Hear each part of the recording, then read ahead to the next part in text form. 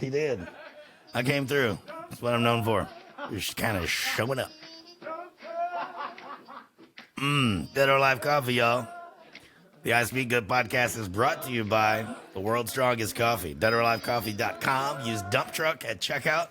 You'll get 15% off. And we'll get supported at the same time. So it's amazing coffee. I have been a long-time drinker of that brand, and I absolutely love it. It is super, super delicious. Italian roasted coffee beans, people. You can't go wrong there. Dump Truck at checkout, deadoralivecoffee.com. Do yourself a favor. Drink better coffee. Well, welcome to what is now known as episode 5 of the I Speak Good podcast. My name is Dump Truck. I talk a lot. It's kind of why we're here. And today's going to be a fun show. I like that that's true for me every time so far. I'll be sitting down with Mr. Chris Wilson, local here in Charlotte, and a good buddy of mine, and he has been on a very inspiring and just really interesting personal journey. And so I'm going to ask him about it. You know, I'm going to poke the bear. Sometimes this show is about motorcycles, and sometimes it ain't. This is one of them ain't kind of days. But it's going to be great. I very much expect to learn something today from this rad guy, former pro baller and, you know, a wanderer on a path. It's really cool. Good stuff.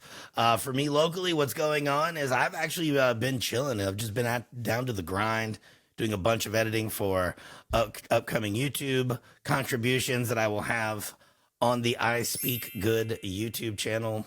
Take a moment, go over there, subscribe. You can even watch the podcast on it. That is one of the places where I broadcast the podcast, on YouTube, on iTunes, and of course on Spotify. Leave a comment. Make sure you subscribe. All those things really help. I love the feedback. It definitely drives the show. And yeah, so do stuff. Coming up for me next on the event path is going to be the East Coast Booty Run in April. It's in late April. I don't even remember what the date is. Maybe I should look that up. Good thing I already had my calendar out. It is the weekend of April 26th. And if you have never hung out with the Left Lane Syndicate crew, do yourself a favor. It is a lot of fun. It's a lot of buffoonery. Everyone goes pretty fast, typically in the left lane if it exists. And it's all through pirate country in the Outer Banks of North Carolina. Totally worth the ride in. It's not super accessible by like a big highway. So on your way in and on your way out, it's a great ride. And just a bunch of fun-loving people are in the middle of it. It's really dope. Make sure you go follow Left Lane Syndicate on Instagram. Keep up with what they're doing. Jay and the fam are awesome people. I'm very excited to see them and everyone else that comes along with that. So join us, shall you? Whenever you look up the advertisement that's on Left Lane, you'll notice that you can book a reservation for a hotel, and you should do that now. It's not a big place. It will sell out. And yeah, don't come with any expectations other than to giggle a bunch. I'm really excited to get the show rolling. My buddy Chris is waiting here in the studio. I just got to click him in. So without further ado, we are joined by my homie from literally down the street, but for recording purposes, we're still streaming through Riverside FM. Mr. Chris Wilson, former pro baller, now teacher at Khali Yoga in Charlotte, North Carolina, a soul searcher and mentor. And that is how I see it, Mr. Chris. Welcome to I Speak Good. Man, thank you for having me, brother. Let's go. No, well, you know, I said behind the scenes a little bit, you know, you and I are both hard to catch up with. We are men on the move, and we also have full home lives at the same time. So thanks for sitting with me. Thanks for offering a bunch of your time. And let's not get bored. Okay, sound good? Speak good. Speak good. Speak that good stuff, man. Well, how I start most all of these conversations is like based more on professional history than your entire life story. So it's like, Okay. what was your first professional opportunity, no matter what field it was? For me, it was in radio forever ago, and that's kind of like where my journey started to get me here. So, what was your first professional opportunity, and how did it lead to where you are? Just kind of a broad stroke of the brush. My first professional opportunity was definitely the game of basketball. Starting from about age 3 or 4, at least long as I can remember. I was hooping, and so yeah, played in college and then had the opportunity to play professionally in Germany. And then I got injured in Germany and had to have a back surgery, which eventually led to a second back surgery. And I had some complications from that surgery that really had my body in a big process of healing. And that's how I found yoga. And yeah, just like trying to get my body back healthy, get out of pain, and Where were you at, like, age-wise, in your life? all of that was between 23 and 26. Right on, cool. So And that's, like, in the now. yeah, yeah, I mean, I started practicing yoga maybe 7 years ago, and yeah, man, it transformed my whole life, and then that led me here. Yeah, well, and where has that taken you? Because I know that very much is yoga a part of your life, but it's sometimes people go to yoga because it's how they work out. Some people go because it's how they get in touch, and some people go for both.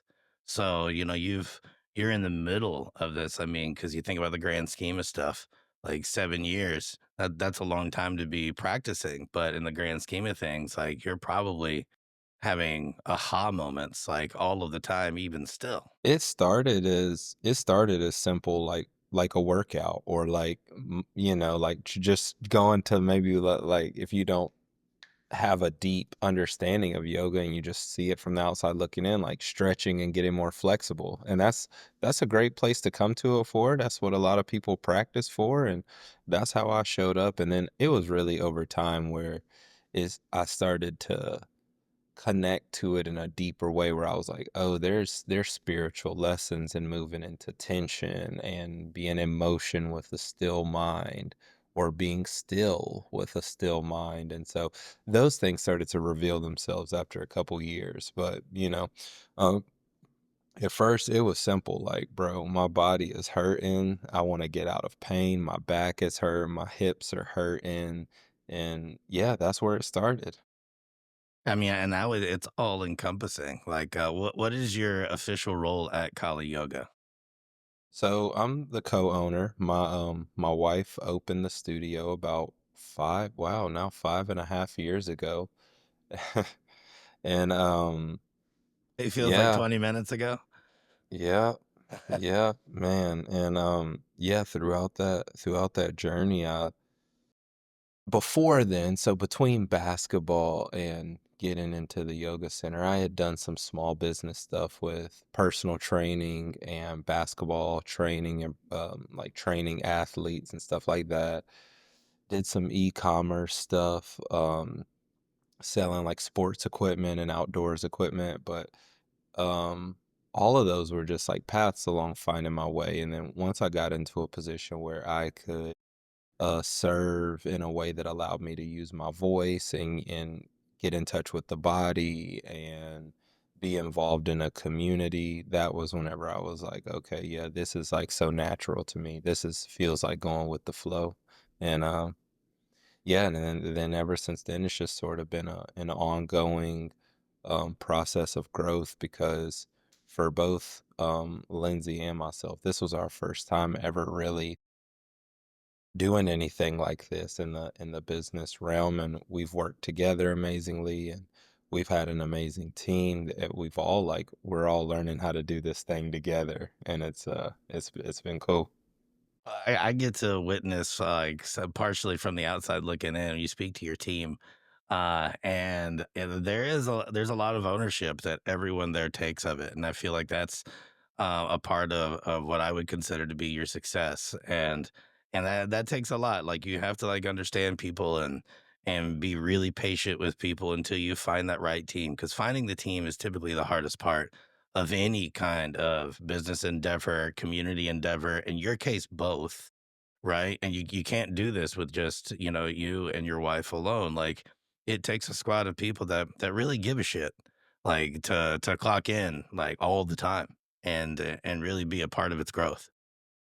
That took some time, man. I mean, there were hurdles along the way of just having a vision for the type of culture and the type of team that we wanted to have, and going through the process of learning how to manifest that. And like I had never been in a process of employing, hiring, all that stuff. So yeah, that took a few years. And then once we it was like every step in the process that we got to be like more and more true to our values. And then how that was reflected was that like the right people just started showing up. And then now Before the you leave that moment right there, like you made that choice to be about something and in the hope to grow. And you said that people just started to show up.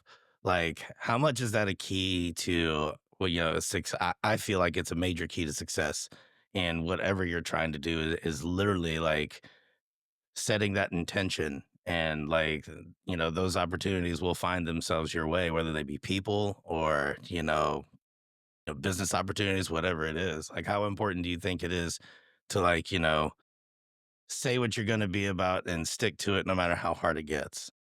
Like, yeah, I feel like the intention is everything. And like if you're moving through the world with a dedication to what you're doing and purpose, and like you feel like this is like what you can do and are being called to do, I feel like whenever we start taking action from that place, like the universe is like working around us. And so people will show up, opportunities will show up, things will just fall into place, doors will open, doors that need to close will close, maybe without you choosing it. And yeah, it's sort of been like that. And I think that like no matter what area of life it is, like whenever you put your intention towards like progress in an area, then the universe is going to respond to that. And so that has shown up for us, and like amazing people showing up once we got clear on more and more clear on what we were doing and what we were up to. And it's I think like and that's clear to yourselves more than anyone else, right? that's all it is. Right. That's all it Yeah, is. it's not like getting your message clear to people. It's the learning, the growing process, figuring out what you actually are all about and like what you are really trying to do. Yep.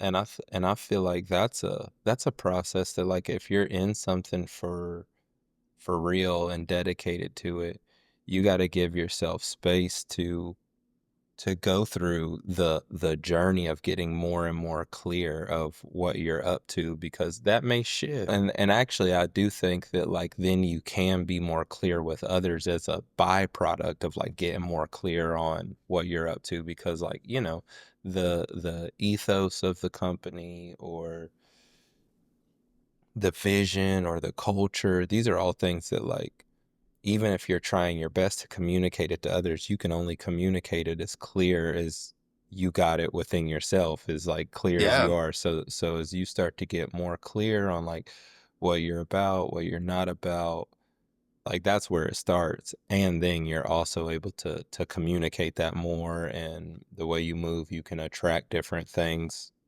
You can attract different things into your life. that's big.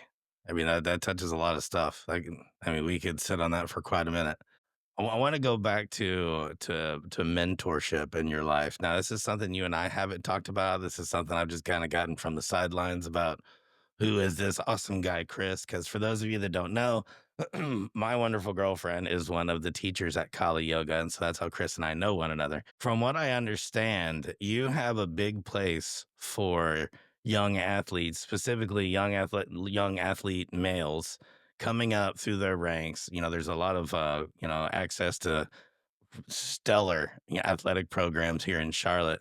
And what do you do as far as like, and maybe you don't see it as mentorship, I don't know, but like, how do you work at affecting, that age range of young men as they're coming up? Mainly, like, it's just naturally since had the path of basketball, that gives me an avenue and a setting. Are you coaching competitive ball right now? No, I stopped doing that about 2 years ago. But yeah, from about 2016 to 2022 or 2023, Coaching and mentoring young men through basketball was like a big part of my life. And honestly, it's like, to answer your question about like how did I or do I go about that, I think like just being connected to a person, no matter what age they are. Like, I think like what a lot of young men want from a adult male is like true connection before the like coach you, change you, tell you what you're not doing good enough, sort of like look down on you, sort of put my nose that you and your whole generation is doing it wrong, all this, all that. Kind of If want to you be can seen first, you know? just be seen. And like honestly, like me leaning into that, like opened me up to receive the gifts from them. They're how funny and connected they are and silly they are and playful. And that gave me the chance to reconnect with my inner child, which so like, the gift was mine. And then after that, it's just a real relationship. It's not like obsessing over the framework of like I'm the mentor. You know what I'm saying? It's just Right. like It's we're not just people trust by connected. structure. It's trust by, an actual connection because you talk to me like a person first. Instead of That's me going, it. well, you're my mentor. I'm supposed to trust you. It's like, I mean, how often does that really work? Uh, at least, like, what kind of a connection, what level of trust is there when that's just part of the structure, marching every day? It's a way better way to like, start from the floor up. Yeah, I feel like in in as many containers as possible, or the best I know how possible, I'm trying to like dissolve any persona that like I'm playing because of the structure. Like, and like so in the business realm, like I had to like learn how to like take off wearing like boss or wearing leader or wearing whatever, like because like yeah, whatever the responsibilities are, what they are, but like through connection is how we're gonna relate to one another. That's how we're gonna know one another. That's how things are gonna happen. And so like yeah, I think that like that has worked for me, like just trying to take off any of the labels of myself, whether it's like a conscious thing or an unconscious thing that I don't even know I'm like Yeah, when you walk through the door, you don't go, performing some "Hey, part. I'm the co-owner of this place." That's not like what's on your mind when you walk through, right? Like, it can't be. Like, No. to actually, like, be effective the way that you're working to be, like, you have to come And I in mean, there yeah, on I the mean level. I guess sometimes like it is in a different way. It's like a way of responsibility, but Right. it's It's not not like authority. no, no, it's not. It's like Well, sometimes. yeah, yeah, it's not, it's not, it's just like even if you're in a position like where you have those things, like I don't need to act like that's not there, but it's just like, okay, this is a title, but also like we're human beings, like so whether it's with the kids, it's like, all right, I'm whatever, 30, whatever, and you're 16, but like you're a person.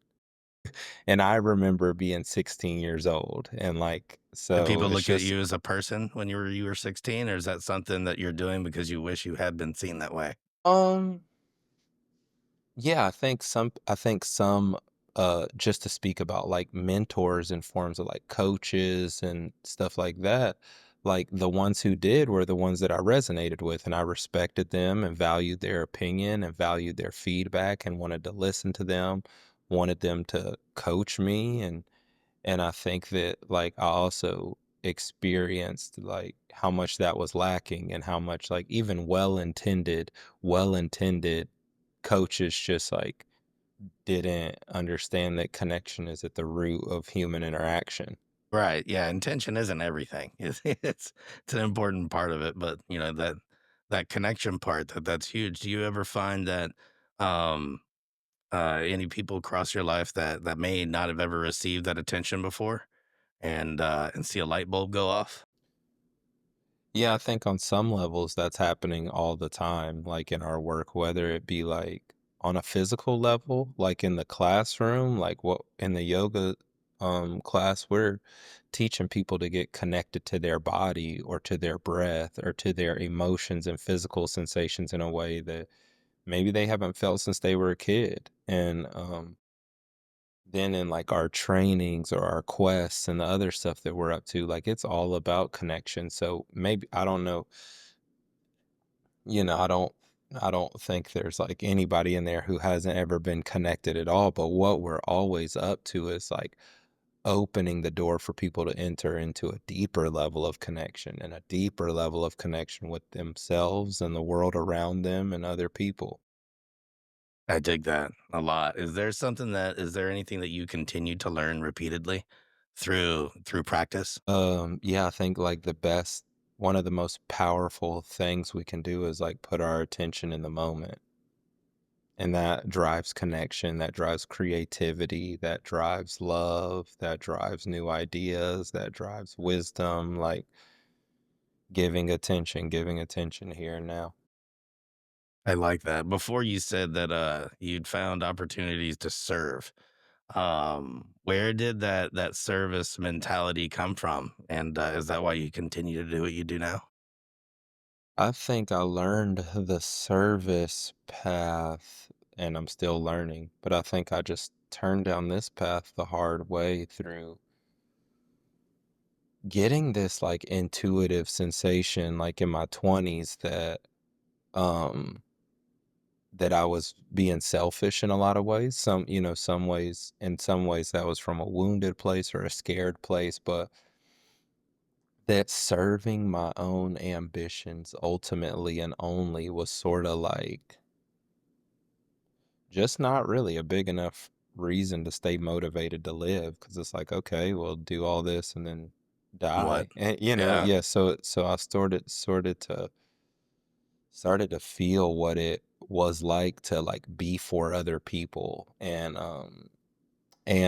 like I selfishly um feel that it felt much better to care about other people than to be always like just like wandering in my own inner world. It's maybe even not as selfishly. Like I feel like it's more like a different understanding that this could be your human experience. You know, like it's not like, oh, well, this just feels better. It's like, no, like there's a lot more layers to that onion. You know, it's realizing that you affect the room around you, no matter what room that is, in a better way. And it's like, whoa, so this could be a thing. Like, so how does this become a regular practice in my life? And on that note, how does it become a regular practice in your life? You know, minus going, you know, into training. Like, as a person, when you wake up in the morning, how do you help yourself, you know, walk that line that leads to that greater human experience where, you know, you make the room better? I think having consistent practices are important, practices that work for you, whatever they are. I mean, for me, it's yoga, mute, playing music, playing my instruments. It's reading stuff that inspires me or learning stuff that keeps me inspired.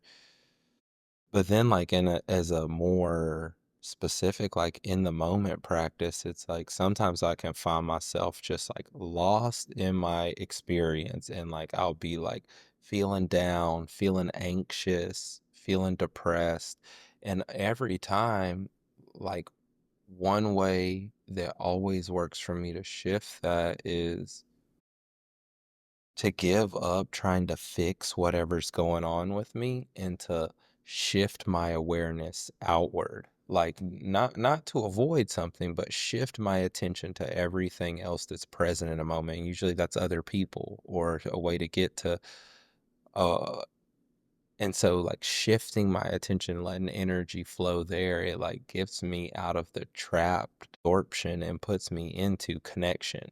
And that could be with a person or that could be, like, in nature or whatever, just, like, sorta, like, putting the self down to, like, take in a bigger perspective of life. It's almost like choosing the high road for yourself.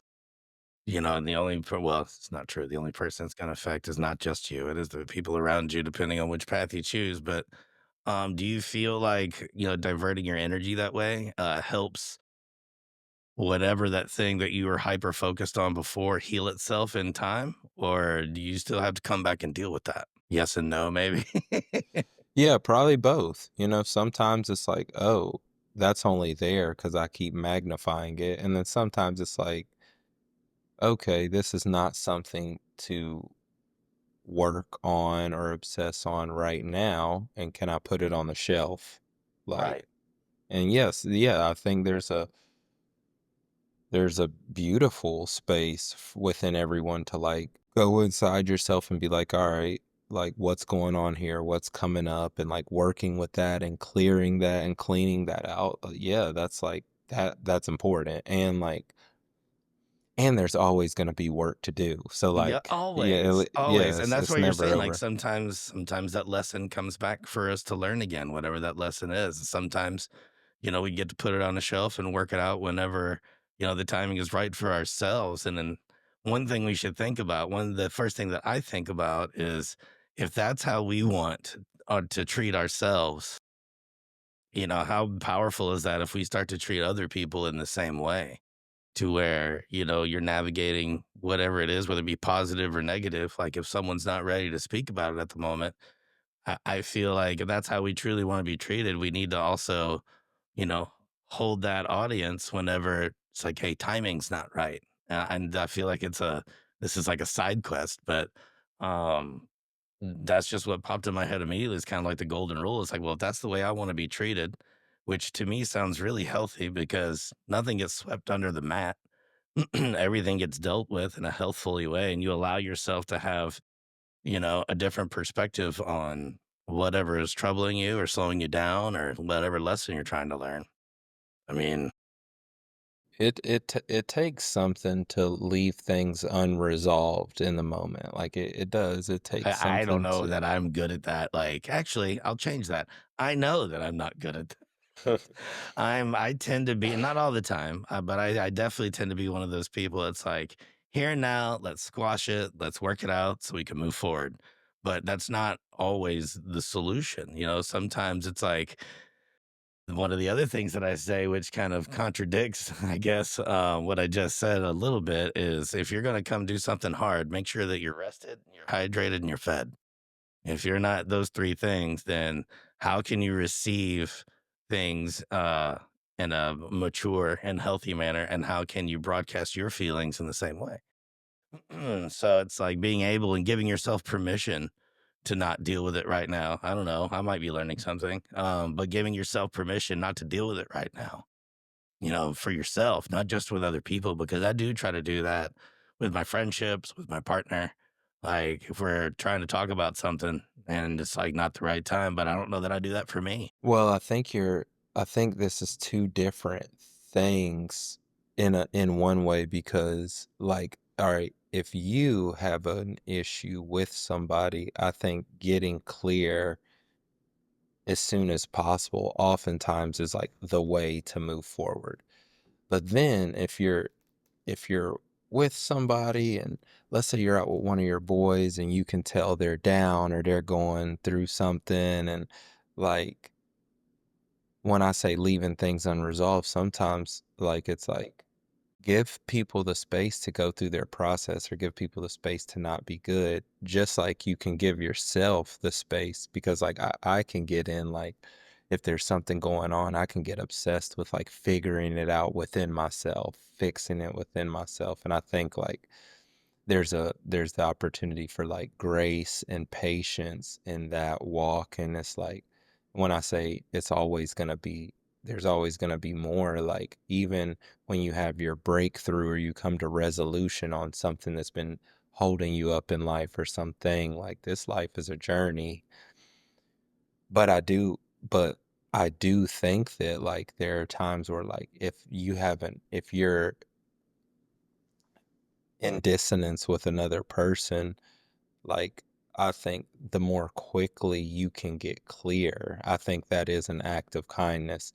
And just like the other side of it is That's like powerful. I never thought of it that way. the other side of that though is also like, do I really need something to change here for me to be good? Like, Right. and a lot of times like I can be holding on or wanting something, wanting to come to something where like actually what there is to do is for me to like see them and see me brand new right now, and that's just really it, like Yeah. Right. The only complicated thing is me. I dig that. So, You obviously have been on and are currently on like this really great journey, and you get to also have it be your profession, and that's a massive blessing. Like I feel that way about 98% of my professional life, being someone that is absolutely in love with almost all things motorcycles, and getting to be surrounded with my passion a lot of times. Um, Yours is helping people find, like you were saying, like their body is finding their quiet place, finding whatever it is that they feel like looking for through the practice of yoga. For yourself, that's also a part of your journey, but you've also been traveling quite a bit to go look within. And what can you tell me about your recent travels? Recently, I just came back from a 3-week trip in Colombia where I spent some time in the mountains near Bogota, and then I was down in the jungle of Putumayo working with plant medicine, yahe ayahuasca.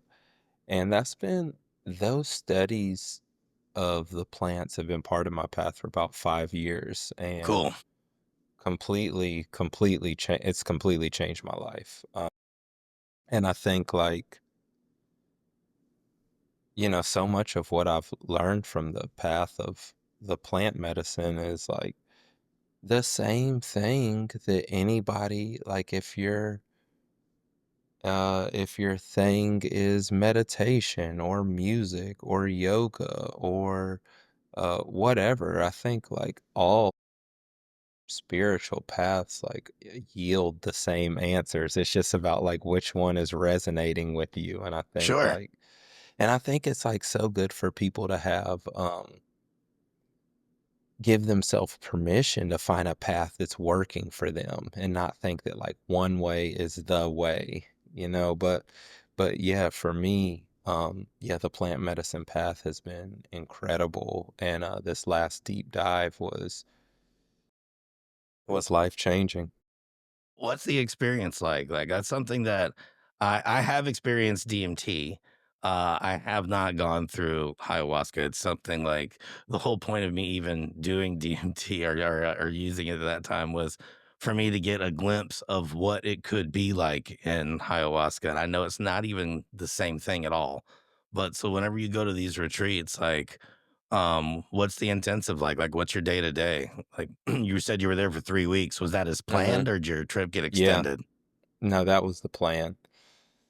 um yeah, so I think the first thing is like culturally, if you're gonna go do this in South America where the indigenous are serving the medicine, it's an immersion into a whole new way of being, which is being so connected to the land, which is moving at a much slower pace, which is more a days more filled with like than I would say we generally have here. Days more filled with human to human connection, more time around music, more time around food grown from the ground. And already, like, even if you don't have an ayahuasca ceremony there, these things are life changing. These things I just listed. And then you enter into a ceremony that has thousands and thousands of years of tradition, and you can sense the tradition coming through how the ceremony is formatted and the music and the structure of how the activities go. And my experience has been like all of that mixed with the humility and intensity of being in that container with other human beings. Even if we weren't drinking ayahuasca, that would be so beautiful and life-changing and ritualistic and ceremonial and healing and spiritual and religious, like religiously satiating. And then I like the that. and that's all before we talk about like the effects of the yahe or ayahuasca. And for me, what I've been just what I've been blown away by is that this drink, the ayahuasca brew, it has consciousness within it. Like it's not a synthetic drug that you take and you have an experience that can't really be tied down to anything. It's an encounter with a spirit that is benevolent and is communicating with you throughout the process, That is mind um blowing. and has a goodness to it. And my experience has been So that it's not like sitting there taking something and being like, okay, so when's it gonna hit? Like, which is typically what happens whenever mushrooms or something like psychedelic mushrooms and stuff like that are involved. Is like you're kind of like waiting for it to like kick in. It's a well, deeper experience than that. that aspect is there. That Sure. aspect is there. And whenever it begins, the waves of the process, the way through that experience is like only you know the way, and only you and the medicine know the way.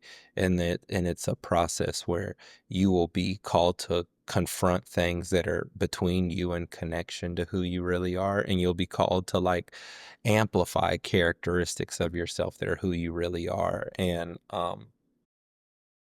also, just since you brought up mushrooms, I think when used ceremonially, mushrooms function in that same way. I think unfortunately they are misused in our culture, Right.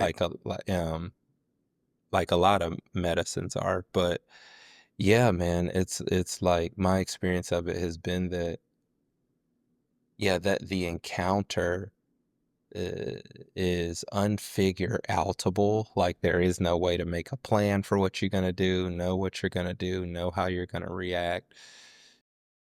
It's literally every time you have that experience, or when you have that experience, whatever is brought to the forefront, whether it be in the form of the physical sensations or the purging or the visions, it is an encounter with a part of yourself that needs attention, whether it be healing or expansion or recognition or surrender, or parts of you that need to die off or parts of you that need to flourish.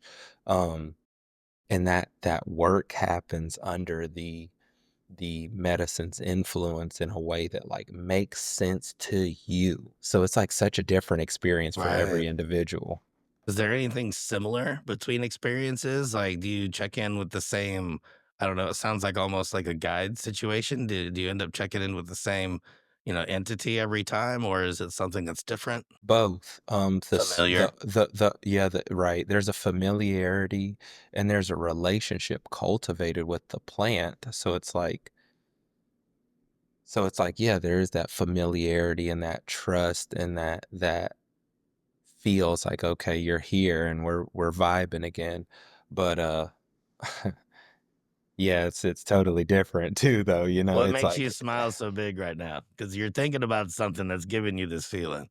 I'm thinking about the humility that ayahuasca has called me to, because yeah, I've been drinking for 5 years now, and there's no people who I've met, and shamans who have guided me have been drinking for 30, 40, 50 years. There's no figuring this thing out. Right. Like you can walk with it with more wisdom of like, okay, but once you drink the medicine, you have no like control over like how you're gonna guide the experience. Now, Well, you're now kind of like giving yourself consent to grow, right? So, like, the big part of that has to be relinquishing control, I would think. I think that's the best path to have smooth journeys with the medicine. And oftentimes when I or have talked to other people who are experiencing like really hard times under the medicine, it's about that trying to hold on to control, trying to look around and figure out the experience, or Yeah, whatever, yeah. just with it within yourself.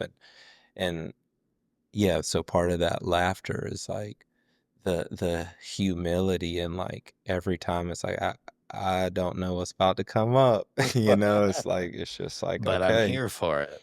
right, right. It's like a humble confidence, a trust, a faithfulness in whatever happens. And I think like When I'm living day-to-day life at my best, that's how I'm being. But when I start to know it all or become closed off or become distant, I suffer. And like the medicine just brings that to the forefront. It's nothing different. So is that your regular? Is that the lesson that you keep learning? One of them. Yeah, one of them. One True. of them. Yeah. Yeah. How do you how often do you do this every year? Or is it still something that kind of grows and changes? Yeah, every year has been different. There's been some years where I've only done it once or twice. There's been some years multiple times. And yet last year, towards the end of the year, I just like I was in a ceremony and I just like saw the path open up and I knew that this year was going to be a time to go deeper. And like so this year I'll be yes, it's just being with the medicine more and more closely and for longer periods of time than I ever have. And some people do ayahuasca once and that's it. They got Right. what they Yeah. needed. They saw, for everybody Different path. it's not a path. Yeah, it's Right. just Yeah. like it's an experience that even in one experience can be amazing and it doesn't have to be a part of your whatever, your practice, as you move forward, but for me, it just continued to call me back and call me back. That's really cool. It's really interesting. It gets my wheels turning, you know? It's like so do those lessons you find like they stick with you, right? It's like one of those things you can't unlearn kind of situations. So like how does that affect you when you get home after the dust settles and like you're now more present in your I guess you could say typical life experience? Like does it help you stay more mindful in the moment to moment situations or like what are the benefits in every day? Yeah, yeah.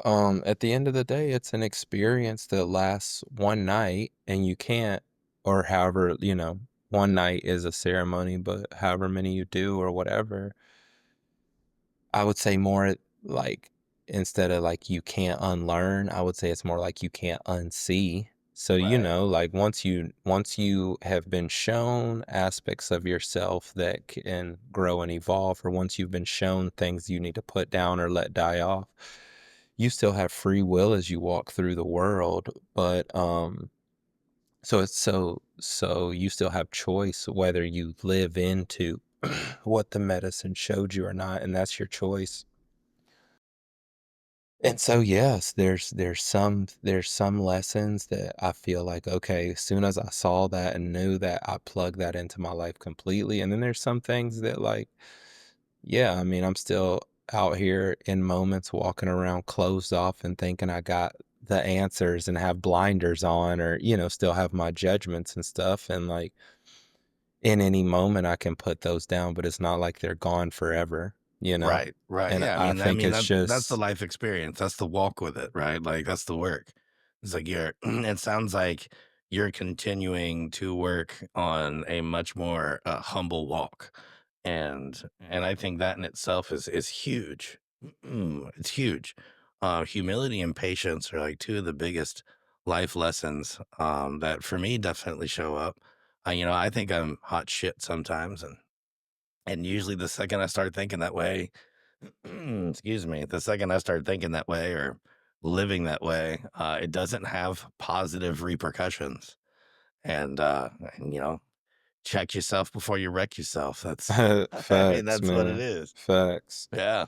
Yeah, and, it's like I think the plant medicine path it's entering into a relationship with plants where just like us, like you can drop some wisdom on me, but it's on me to go live it out. Right. And Yeah. we could have a conversation where I get so open and so connected, but it's on me if I like show up in with other people in my life from a loving and connected place. So it's like ultimately, no matter what your path is, like the choice is yours. There is no magic cure that's going to make your problems go away or whatever, whatever.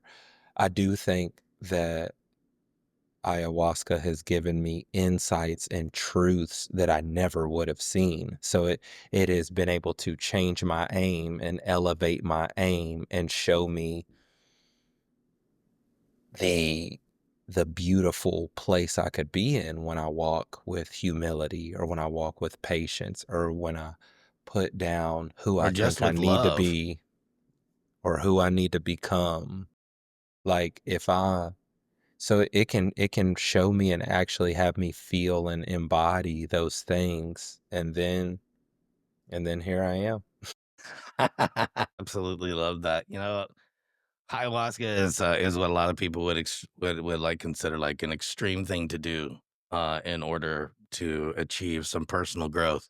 What are some less extreme things? Like I guess you could say, what's some normie shit you can do to also, Yeah. stay present, diet, obviously exercise, those things are like they're a big deal. I'm beating up my microphone over here.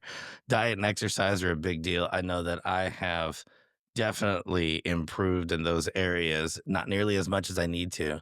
Um, what are some other things like kind of like that, And if those are the things, what do you do as far as like, keeping your body, happy and healthy and Yeah, first I think it's like noticing like finding ways to feel just more connected to your life in the moment. And that can be breathing, that can be feeling the bottom of your feet.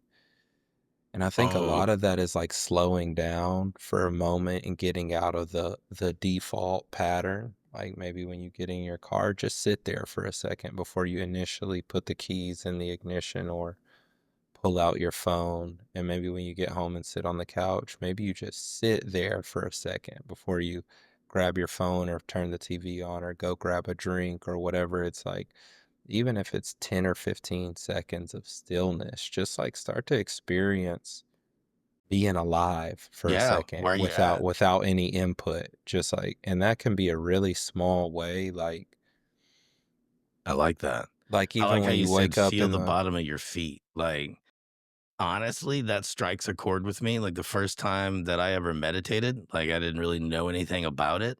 And I couldn't sleep. I was in the Navy and I was at the forward part of the ship is where our berthing was, where we slept at night.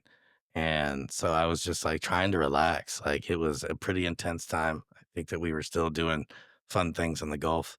And so like getting to sleep was hard. And I started with my feet. Like that was like from where I just began like trying to relax every one of my muscles and then working up my legs. And then once I, started thinking about something else that wasn't that, I'd start all over again. And through that process, through feeling my feet, I really was able to meditate for the first time, to find that quiet spot to where I could be at peace enough, even though I'm physically rocking. I mean, I couldn't go to sleep because the seas were nuts. Like it was a lot, and being able to do that was really rad. Like just sit there and think about what your feet are feeling, and then just breathe. And then I typically would just move all the way up my body. And now meditation's a little bit different for me, which I definitely have started to get back into practice again in the last couple of months. And it is as simple as you say, like stopping and just being present for just be quiet. Just, literally like when I want those quiet moments and I don't have anything I'm really trying to focus on in a meditation, I just say the words in and out as I breathe to myself. And sometimes I'll just let a noise out, just a little bit of chest vibration. And it's nothing more complicated than that. That's it, and it's free, and It's everybody and it's can free. everybody can breathe, everybody can feel their physical body, and that's like, I think even sometimes like it's daunting to be like, all right, I'm gonna start working out 3 days a week. All right, I'm gonna start Yeah. doing yoga I'm five struggling with it right whatever. now, no lie. And just like the beauty of like being where you're at is then we can start to treat ourselves in a different way from connected because maybe you want to work out 3 times a week, but like just go to the gym one day. Just Start go there. one day and just be, yeah, just do that, and like sometimes that clenching of like the mind to me can like, if I'm in the gym thinking I need to do this 3 or 4 times a week, and if I miss this, and that, and when I get up, there's this mounting pressure. That's a different I'm getting experience than anxiety just, right now. Mhm. All that That's some thought. that's something other than just, like, breathing, you know what I'm saying? Like Yeah. Maybe one of the things that I need to do is take that pause before it's time for me. Cause like it's still, I was even talking to Sabine about it yesterday. I was getting ready to do a cold plunge. I got a cold plunge on the back deck here at the house. You've seen it. And and I love it. I truly do. I absolutely love a good cold plunge. I feel like I'm kind of made for it. Like my first time doing it, and like I had an aha moment that I liked it because I was in that cold ass water for over 5 minutes, and I was like, excuse me. I was just like, I was good. Like, and then when I got out, I was invigorated. Like the immediate effects it has on you is like so good, psychologically and physically. I've got chronic pain and swollen things and stuff, and it just helps all that. But even still, like every time it's time for me to like go do it, why? Because I love it. I do. I love it. But like I gotta psych my ass up. And the second I'm in there, yeah. I'm happy as hell that I've done it. And I'm start to meditate and focus on the blood rushing through the body and the warmth that comes from that. And like you really can feel yourself in those extreme situations. I think it's one of the Mhm. things I like about it is it almost forces you to go to a quiet place just to cope, you know? 100. That's Yeah. exactly to me, that's the what you just said is the best benefit of it for me is, like, the only way through it is to put down all the tools I like to go to get through stuff, Right. because the only way through it is to just be It's just right through it. there in that water and just feel, and that's, like to me, that's our natural state. So it whether it's cold plunging or breathing or yoga or whatever, plant medicine, whatever, it's like or working out, whatever, it's like just find little ways where you can practice being in your body and not like, so therefore you're not like trying to not be in your head. You're Right. actually somewhere else. You're being in your body. And yeah, however you need it. Like for some people, like the cold plunge is like starting too intensely, and that's actually not a way they need to. And some people their Just do it. It's so resistance good. for some people, their resistance and Yeah. avoidance to it is the exact reason why they need to do it, Right. and but I that's feel like for I'm one of everybody to those people. discern. I feel like I'm definitely one of those people is like and especially with the fact that I know that I benefit from it and I have to convince myself to do it every time. And it's like, I'm not trying. I am treating myself better all the time. And I don't know why I'm the hardest part of the equation. I'm the biggest problem I have or the biggest solution I have to continue to find involves with me being the problem. Almost every time. It's so annoying. Like I talk to Yeah. myself just like this, audibly. I'm like, really, bro? Like, come on, man. Like, I have come a long ways. I've lost about 55 pounds in the last couple of years. I feel like I've got another 40 to go. And and I want some permanent life changes. Like, I want to ice plunge on a regular basis, maybe not every morning, but like I want to do things like that benefit my body. I want to work out almost every day, if not every day, and then not trying to go crazy. It's calisthenics, just the things that I know, the stuff that I'm comfortable with. I've never lifted weights before in my life. I did manual labor and I was bendy. And I was a Greco-Roman wrestler. Like, that's the stuff. Other than that, I was a band nerd. And which was great because like having music as an outlet is another way to be present with yourself and also somewhere else.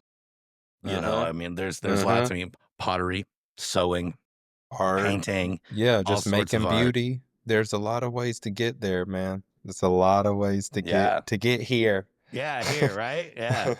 Maybe start a podcast. I don't Mhm. know. Facts. Facts. Facts. Well, how easy for me to say. Um, how long before you go on your next journey with the plant medicine? I leave in 10 days. 10 days. Wow, that's fast. Yeah. You've only been Going home for to a hot minute. I know. This will be the last time I ever do 2 back-to-back trips like this because it was hard to be away from my girls. I was about to ask about that. Yeah, how do you attempt to balance all of that? Like you're a really busy, highly effective person, and you're also there's a lot of love in your family. Like there's and it's obvious. Like how do you balance that? I feel like I do a great job at that because like I realize that they're the most important part of my life and like if I got if I have time or if I don't have time, I make time to just be with them. And that's one of those things that like nourish me. And that's like, to go out in the world and work or build or even go on the path of the plant medicines. It's like my home base and the home in here, that's important. And so like I keep that as the priority because it's from there where everything else grows, Yeah. and so for me, And you're being a better person for them. And like absolutely, whenever Lindsay I goes on try. her journeys for herself, she's doing it for herself, but it positively affects the family unit and the and everyone around you. Like that's the beautiful thing about it. Yeah, I think if you got somebody in your life who's really for you, they're gonna support your growth, Yeah. even if it's like hard to be away and all that. And having said that, like I know that moving forward, there's gonna be different ways that I can maneuver so that while I'm on this path, I'm not away from them for a few a few weeks at a time. And Right. so, but these opportunities that presented themselves this year, they were opportunities that I needed to step into, and thankfully, because of that trust and support that we have for one another, like Lindsay has been amazing, and my daughter, I don't have a fear that like, oh, if I'm gone for 3 weeks she's gonna think her daddy forgot about her because like on a day-to-day basis I know how like we're so connected, and Yeah. I trust that. So That's awesome. I love that so much. This is rad. Do you have any questions for me at all? Like we've gone down the list.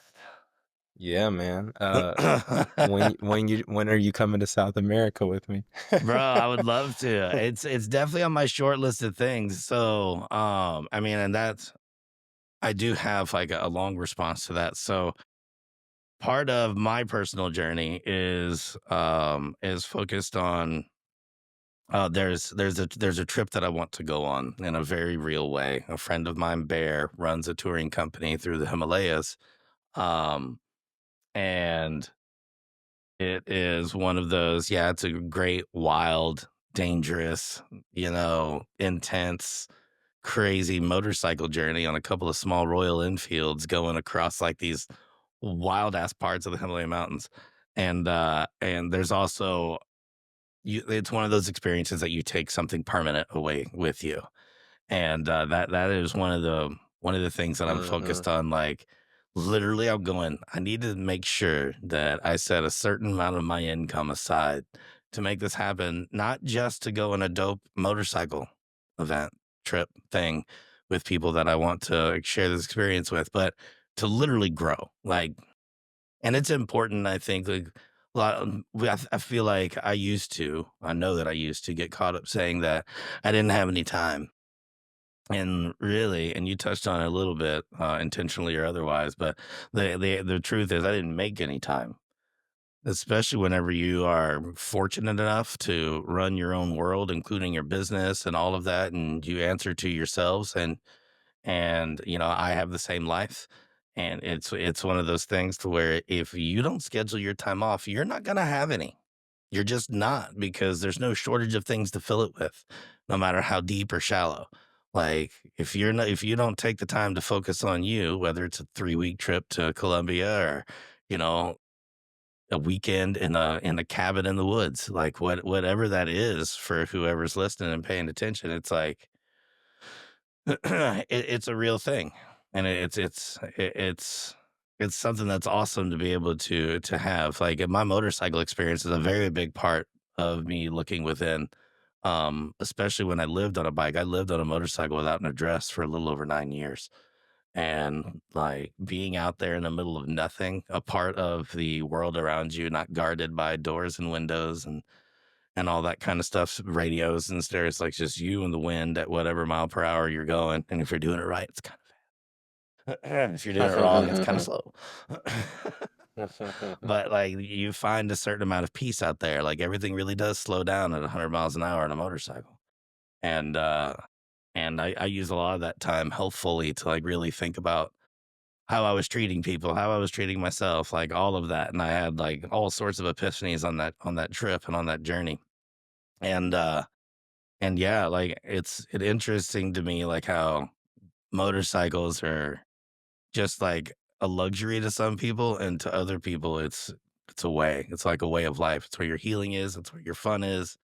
You know, it's where all your damn money is. It's Uh-huh. it's one of those encompassing Uh-huh. things, and I'm ready to have other experiences, to be real honest. I've been doing the biker thing for, like, who knows, and, and now it's like there's other experiences for me to have. Sometimes I'll get to put them together, like, going on the Himalayan trip, and sometimes it'll be focused on, something else altogether, and be much more immersive. Um, Preparing yourself to go to ayahuasca is something I have understood to be necessary, um, to show you don't know what you're gonna be ready for, right? Because the experience is different, like, you really don't know what to plan for, but what would you tell people that were preparing for this experience, and maybe any others, like, as they are trying to get in the right mindset to receive whatever, they're looking for? So I'll answer that by asking you, Oh, no. w- what would you, how would you tell a biker who has been they're growing, they know about bikes, they've been on the bike life, they found their way of riding, what works for them. What would you tell them if they were about to go for the first time ever live on their bike for a year? Bring tools. Um Acceptance, I think, would be one of the biggest lessons that I would tell somebody. Like, if you're going to do any kind of real long distance motorcycle trip or any kind of long journey at all, um, you need to open up and accept that you have chosen to experience whatever the fuck it is that comes your way, no matter how good, no matter how bad. You did this, so don't fight it. It's gonna suck sometimes, but not forever. So just accept that you chose this path, and no matter what comes your way, like, because you can't prepare for, randomness. Like, you put a plan together, the universe goes, That's cute. Watch this." And balls it up, sets it on fire, and throws it in a massive garbage can. So yeah, I would say just accept the fact that you have chosen to experience something that is, um hard, if not impossible, to plan for, because, like, out there, especially on a motorcycle, like, you're in it. Like, wherever it is that you are in it. You are not protected. You are a part of the experience. And the people that you meet along the way, and the more alone time you can spend, the better. Like, if you really want to get some benefit out of it, don't go looking for people. Go looking for miles. A lot of them. The longest trip I ever did was 5 months and 10 days, and that was without going to home base, which was my friend's twin bed in the side room of their house. They're like, "Hey, I know you don't have an address, but you can always crash here." I was like, And so "Thanks." were you just were are you parking and pitching a tent every night? Sometimes you sleep on the ground. But yeah, usually it's a tense situation. Being an MC in the event series, you're always a part of some kind of circuits. When you get a gig, you get a hotel room so you can, wash your butthole and all the other stuff that's been abused on a motorcycle for the last few thousand miles. But yeah, I mean, so it was just like in between, like a lot of 1,000 mile days. And that takes about 15 and a half hours on a motorcycle to do 1,000 miles. So, cause you're going to work. Like, that's my path, which, like, is outlined on a big map, was predetermined. So I had to be certain places. So in between, I would just taking advantage of the fact that I didn't have anywhere else to be other than where I was. Like, I was going to work. Like, I don't have other obligations. My obligation is to have a motorcycle experience, be present, Uh-huh. do some fun, sketchy stuff every once in a while, have some internal aha moments while staring at the stars alone in the middle of the desert, like all that kind of good stuff. And it's like, when I did that long trip, I went 33,334 miles in 5 months and 10 days, 2 days. And like, I came back. Okay, I don't know where I was coming back. I didn't have a place, but like whenever that cycle like was over, I feel like that was like one of the biggest steps in my personal growth that I've ever experienced. And most of it was because I accepted it. Like I had to ride motorcycles through monsoons sometimes, like especially up in like Utah and shit like that, and like almost died several times in one day. And then other days you're just riding up the Oregon coast and nothing can be wrong in the world. But you accept Yeah, all of it. And I feel like that's it. that's how I would prep for something like that. That if I was truly gonna go somewhere, maybe not physically, but like if I'm truly gonna go somewhere, just accept the fact that you made the choice to take what's coming. I'd say the same. I'd say the same. That's it. And yeah, and also clean your butthole too. Yeah, butthole. I found out that nobody likes a dirty or a hairy butthole. So like while you're there, do yourself a favor and just go ahead and get a little bendy and clean it all the way up. You make a lot more friends that way. You silly, bro. You damn right. Well, man, I feel like, finishing on shaven clean buttholes is a good way to, to just start things off. Yeah, that's exactly what I wanted to bring to your people, man. That's Well, what I got. you nailed it through me. Chris, I Mm. appreciate you, man. It's really good to get to spend this much time with you. I really am grateful that, you carved out the time between family and work and life. And you even got a tear out of me earlier, which happens because I don't stop those things. I feel like I learned about myself a little bit today and maybe how I can treat myself a little bit better by teaching me some patience with myself and allowing me to maybe put something on the shelf every once in a while. So so thanks for that. See, you're doing it again. You didn't even say nothing this time. It's an honor, bro. You're a beautiful soul, and yeah, you speaking good, man. I'm happy that you're bringing this to your community. Yeah, keep giving them your heart, bro. Okay, man. It's Keep on good. doing trippy shit in the woods and we'll keep talking about Facts. it. All right, man. Peace, baby. All right, brother. Well, I am super easy for me to say. I am super grateful for Chris Wilson's time today. Part of the point for this whole experience of having this podcast is not just for me to have great conversations and tell stories, but but it most certainly is to learn something. And I feel like I did learn something today, and I feel like I could be nicer to myself whenever I'm working through things and allow myself to maybe put it on a shelf for a minute, not under the carpet where it can hide, but in a place where I can choose the moment that I need to be in to deal with whatever it is. And be nicer to yourself out there, guys, people. There's a lesson, Life is hard enough. Be nice to you. Anyways, so we've got one more segment left of the podcast. A lot of you hang out and wait for it. I'm really grateful. We have a hotline here. It is 833-474-2010.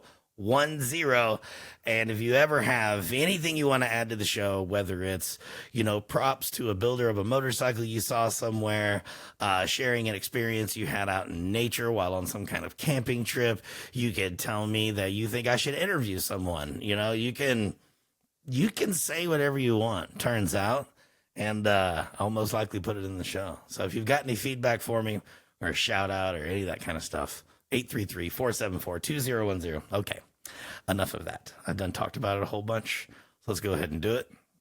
Luckily, I'm technologically advanced here in this studio. So, and right when I say that, watch all this stuff just blow up in my face. So we are going to pod up. 1, 2, 3, boop.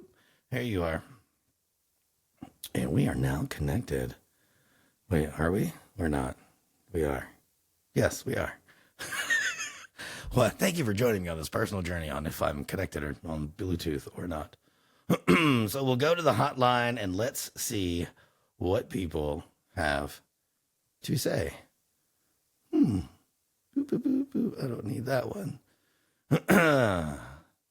Let's see here. Boom. Hey, what's up, Dump Truck? I just wanted to give you a shout out. So you're a cool ass dude, man. It was awesome talking to you in the different events that I've met you at. Mama Tried, Durango, Colorado Motorcycle Expo. And I had a suggestion for a show would be Arlen from Two Wheelers MC. Oh yeah.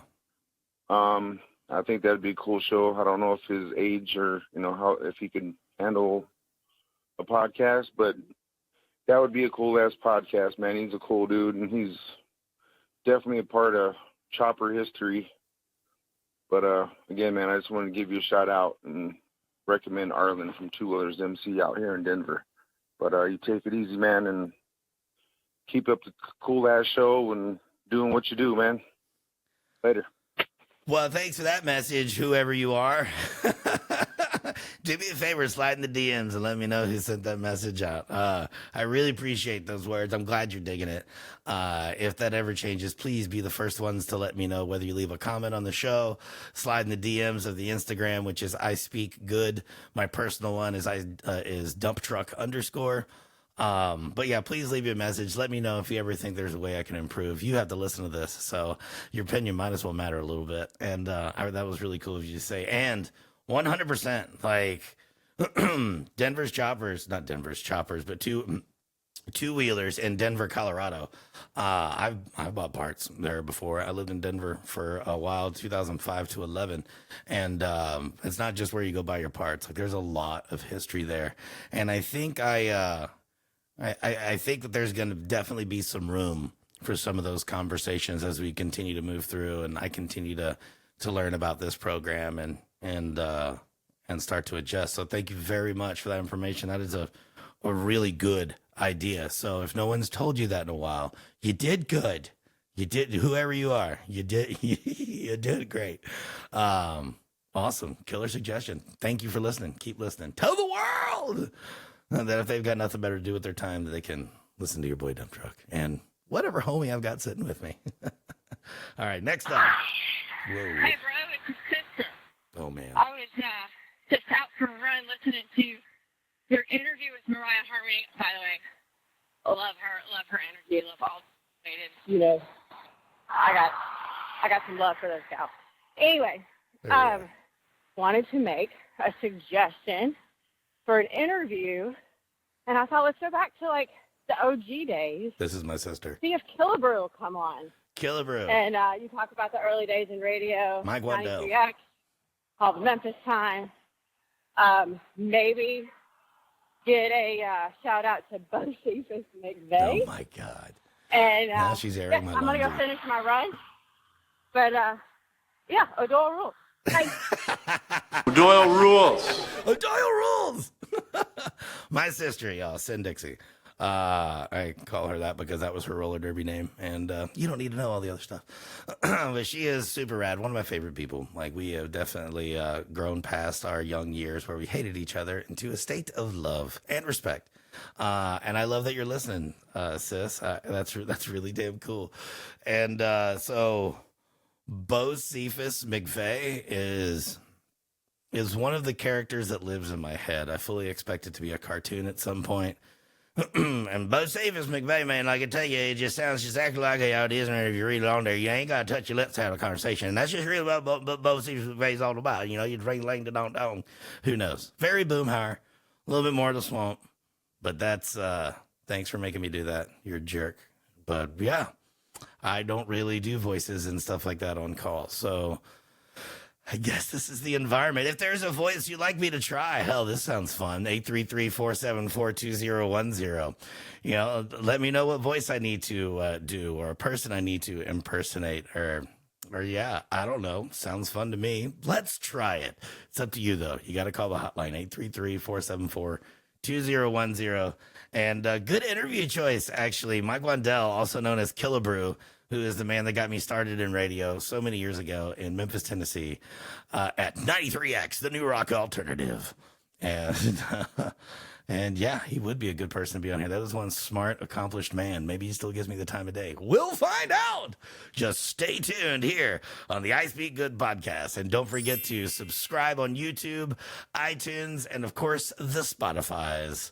I do want to thank our great sponsor, Dead or Alive Coffee, for supporting the show. If you'd like to support the show, go to deadoralivecoffee.com and use Dump Truck at checkout. You will get 15% off, and we get a little bit of a kickback, so you will be directly supporting the show. show so that it can continue. Because it turns out this takes time. We are open to other sponsorship opportunities, by the way. So if your company or brand is interested in being a part of the show, short-term, long-term, or both, just give me a holler, dt@ispeakgood.com. And that's all I've got for you today. Thanks again to Chris Wilson for spending his time with us and for the great talk. I'm very grateful for the lessons that I've learned through this experience with all of you. And we've got a lot more of that coming. So stick around. Be well. And if you're not having a great day, don't you worry about it. There's still time. I speak good.